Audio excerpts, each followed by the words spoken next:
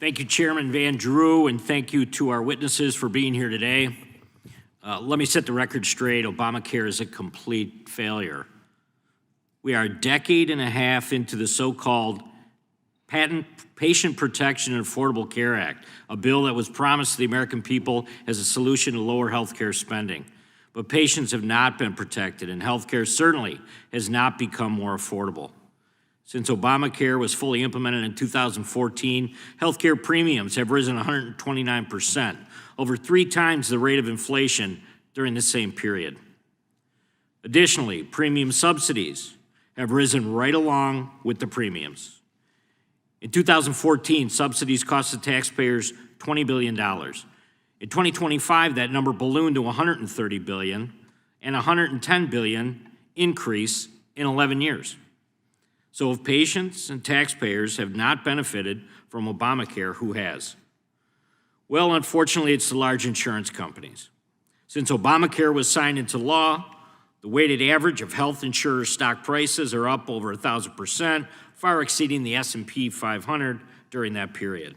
In an even smaller time period, since the creation of enhanced premium tax credits in 2021, the Joint Economic Committee pointed out that, quote, the Biden COVID premium subsidies do more to improve the financial outcomes of large health insurers than to reduce health care costs for Americans. The reality is Democrats created a boondoggle that has funneled billions of taxpayer dollars directly from the U.S. Treasury to large health insurance companies, while at the same time added hundreds of billions to our national debt, delivered few results for the American people, and drove premium and premium subsidy costs far beyond inflation. And yet, Democrats demand that we keep injecting hundreds of billions of dollars into the very system they told us would make health care more affordable, despite clear evidence that throwing more money at their failed system is producing harmful results for Americans. Wisconsin common sense will tell you that trying the same action over and over again while expecting a different result is insane. Aside from the insanity of Democrats' position on extending Obamacare premium subsidies, let's talk about the subsidy program integrity, or the complete lack thereof. The enhanced subsidies have given rise to rampant fraud. As we'll hear from Mr. Bagdoyan, the GAO found significant instances of fraud in the premium tax credit program.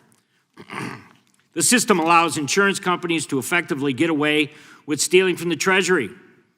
Brokers are paid by insurance companies for each enrollment and are therefore incentivized to enroll as many people as possible.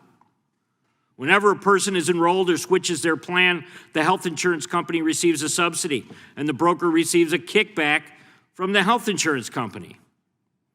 GAO found that in 2023, there were over 7,000 instances of an already deceased person enrolling in a subsidized health insurance plan. The GAO has also found in 2023, there were over 19,000 instances of a dead person's Social Security number being used to enroll a living person in a subsidized health insurance. In total, for just 1 year, the GAO found $21 billion in unreconciled subsidies. And that number only includes citizens using Social Security numbers. It doesn't include non-citizens who receive subsidized care. Independent research by the Paragon Health Institute estimates as many as 6.4 million enrollees misrepresented their income to qualify for the full subsidized Obamacare premiums. Paragon estimates the cost to taxpayers from this improper enrollment will exceed $27 billion in 2025 alone. This is not incidental. It is systematic risk to a program that has been ripe for abuse from day one. I'm sure our witnesses will elaborate further on that point.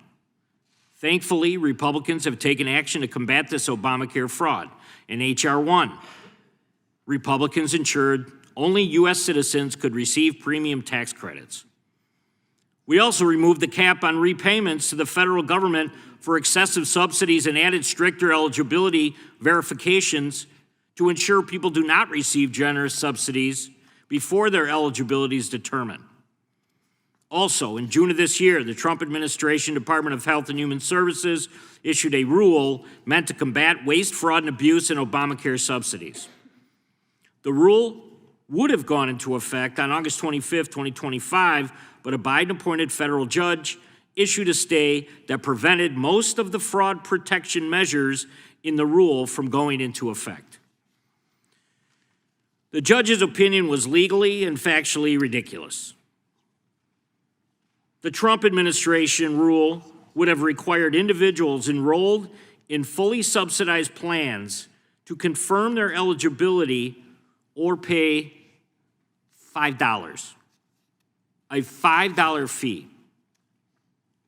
But this judge decided that this easily avoidable fee constituted an illegal premium. The judge also criticized Paragon data analysis and said the CBO study cited were too old. We now know that the CBO's analysis is up to date, consistent across the history of Obamacare, and consistent with Paragon's analysis. In closing, let me just say that Republicans are committed to real reforms that would lower premiums and give patients more choice over their health care. Some of our witnesses are prepared to discuss solutions that could do just that. But Obamacare as a whole, it's broken. After 15 years, it's broken. Despite generous taxpayer subsidies, it has not made health care more affordable, it has not shown evidence of a program that has any integrity, and it has only further enriched large health insurance companies. It is truly the Unaffordable Care Act.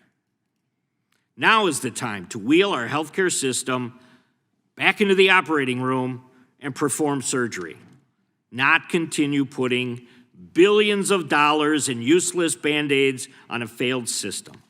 Thank you, Chair, and I yield back.